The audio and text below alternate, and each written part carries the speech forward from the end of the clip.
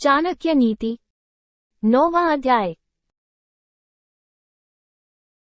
यदि तू मुक्ति चाहता है तो बुरे व्यसनों और बुरी आदतों को विष के समान समझकर उनका त्याग कर दे तथा क्षमा, सरलता, दया, पवित्रता और सत्य को अमृत के समान ग्रहण कर।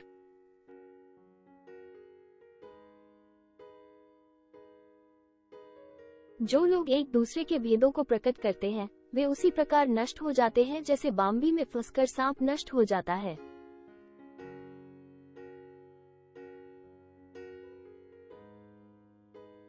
ब्रह्मा ने सोने में सुगंध और ईख के पौधे में फल उत्पन्न नहीं किए और निश्चय ही चंदन के वृक्ष में फूल भी पैदा नहीं होते। इसी तरह विद्वान व्यक्ति को अधिक धनी और राजा को अधिक लंबी आयु वाला नहीं बनाया। उससे ऐसा लगता है कि प्राचीन काल में प्रभु को बुद्धि देने वाला कोई नहीं था।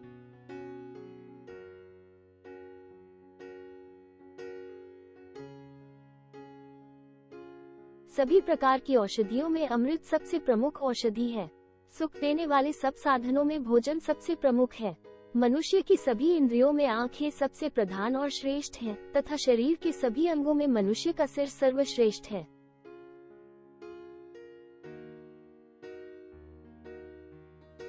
आकाश में किसी दूत का जाना संभव नहीं और वहां किसी से किसी प्रकार की बातचीत भी नहीं हो सकती, परंतु जिस श्रेष्ठ ब्राह्मण ने आकाश में सूर्य और चंद्रमा के ग्रहण की बात बताई है उसे विद्वान क्यों न माना जाए।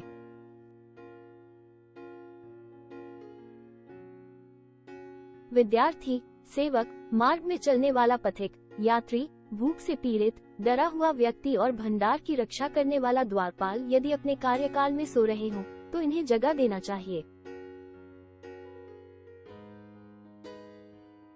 सांप, राजा, बाघ, सुअर, बालक, दूसरे के कुत्ते और मूर्ख व्यक्ति को सोते में जगाना नहीं चाहिए। जो ब्राह्मण धन की प्राप्ति के विचार से वेदों का अध्ययन करते हैं और जो शूद्रों अर्थात नीच मनुष्यों का अन्न खाते हैं वे विषहीन सांप के समान कुछ भी करने में असमर्थ होते हैं।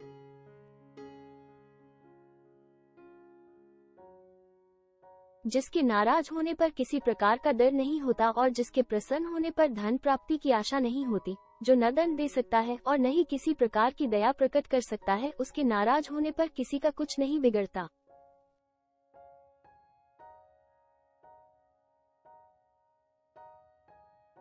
विषहीन सांप को भी अपना फन फैलाना चाहिए, उसमें विष है या नहीं इस बात की कोई नहीं जानता। हाँ, उसके इस आडंबर से अथवा दिखावे से लोग भयभीत अवश्य हो सकते हैं। मूर्ख लोग अपना प्रातःकाल का समय जुआ खेलने में, दोपहर का समय स्त्री प्रसंग में और रात्रि का समय चोरी आदि में व्यर्थ करते हैं।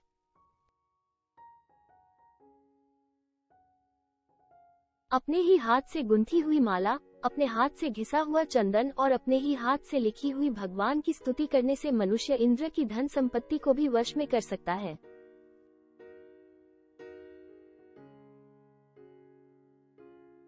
ईख, तिल, मूर्ख, छोटे आदमी, स्त्री, सोना, भूमि, चंदन और दही तथा पान, इन्हें जितना मला जाएगा उतने ही इनके गुण बढ़ेंगे।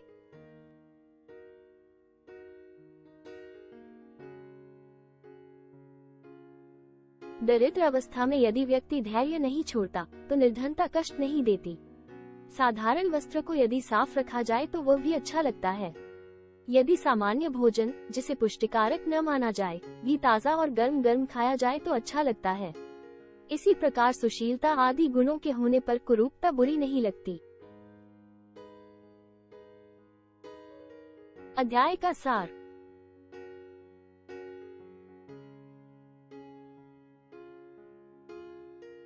चाणक्य ने मनुष्य को जीवन का लक्ष्य बताते हुए कहा है कि जो व्यक्ति संसार से मुक्त होना चाहते हैं उन्हें विषय वासनाओं का त्याग विष के समान कर देना चाहिए, अर्थात बेहिचक जो नीच मनुष्य दूसरों के प्रति घृणा के कारण कठोर बात बोलते हैं वे नष्ट हो जाते हैं।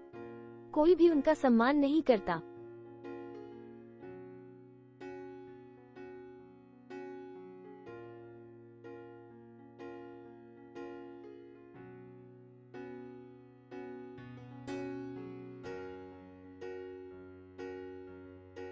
चाणक्य संसार की विचित्र धारणा को व्यक्त करते हुए बताते हैं कि सोने में सुगंध नहीं होती, ईख पर फल नहीं लगता, चंदन के वृक्ष पर फूल नहीं लगते, विद्वान व्यक्ति के पास धन नहीं होता और राजा को प्रायः अधिक आयु नहीं मिलती। ये बातें देखकर ऐसा लगता है कि परमेश्वर ने ये काम करते हुए बुद्धि का सहारा नहीं लिया।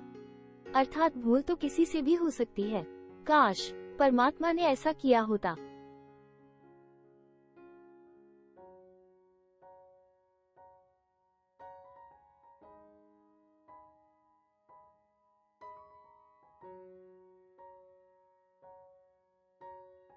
चाणक्य कहते हैं कि अमृत सबसे उत्तम औषधि होती है, क्योंकि इससे मृत्यु रोग से मुक्ति मिल जाती है। सबसे बड़ा सुख भोजन की प्राप्ति है। ज्ञानेंद्रियों में सबसे उत्तम आँख है और शरीर के अंगों में सबसे श्रेष्ठ मनुष्य का सिर है।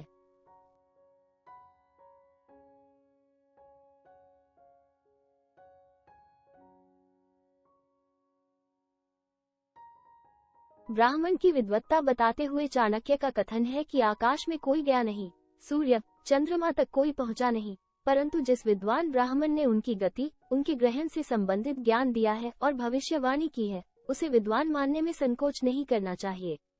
अर्थात पृथ्वी पर बैठे बैठे जिसने इन आकाशीय घटनाओं का पूरी तरह से सही आकलन कर लिया, वो अवश्य सराहना के योग्य है।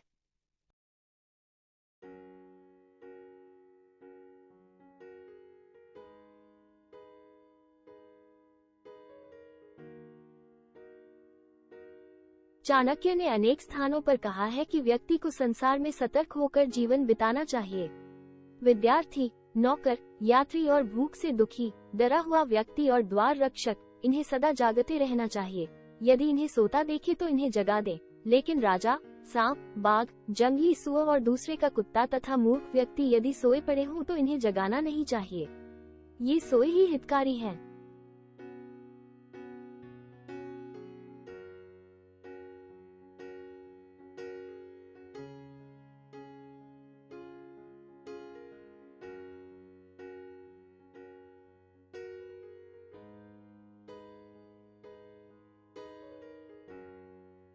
इस अध्याय में आचार्य चाणक्य ने ब्राह्मणों के संबंध में कहा है कि उन्हें पतित लोगों से किसी प्रकार की सहायता नहीं लेनी चाहिए, क्योंकि ऐसे लोगों के स्वार्थ भी तुच्छ ही होते हैं। समय आने पर उनकी पूर्ति में सहयोग करना और न करना दोनों ही स्थितियां दुविधा वाली हैं। सहयोग करने पर नैतिकता की हानि होती है तथा न करने पर कृतघ्न होने का आभास होता है। आचार्य का कहना है कि मनुष्य को अपना वास्तविक स्वभाव नहीं छोड़ना चाहिए। अर्थात यदि सांप विषरहित है तो भी उसे अपने पर आक्रमण करने वाले को डराने के लिए फन फैलाते रहना चाहिए।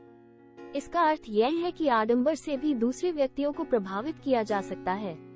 किसी संत द्वारा सर्प को दिया गया यह उपदेश सभी ने पढ़ा सुना होगा कि फुफकारना जरूर चाहिए, भले ही डंसने का मन न हो।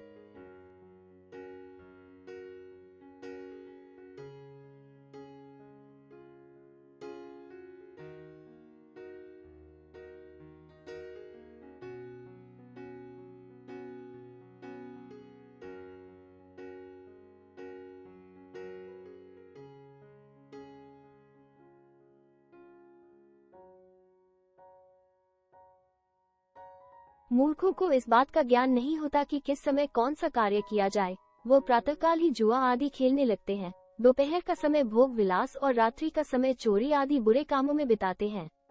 ये तीनों कार्य धर्म और कानून दोनों दृष्टि से निषिद्ध हैं। इनसे धन और सम्मान की हानि होती है। सबसे बढ़कर इनसे आत्मा का पतन होता है। चाणक्य का कहना है कि प्रभु की उपासना व्यक्ति को स्वयं करनी चाहिए।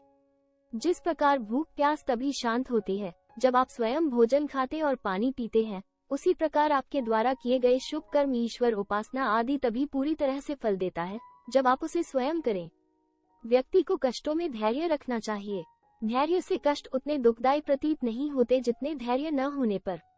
अनुभव में तो ये भी आया है कि धैर्य दुख को कम ही नहीं करता बल्कि सुख को भी साथ के साथ उजागर कर देता है। ऐसे में दुख रहता ही नहीं है। श्री कृष्ण ने गीता में धैर्यशील को अमृतत्व का अधिकारी माना है। यो धीरः सः अमृतोऽय कल्पते। इस प्रकार मनुष्य का सबसे सर्वाधिक महत्वपूर्ण गुण है धैर्य।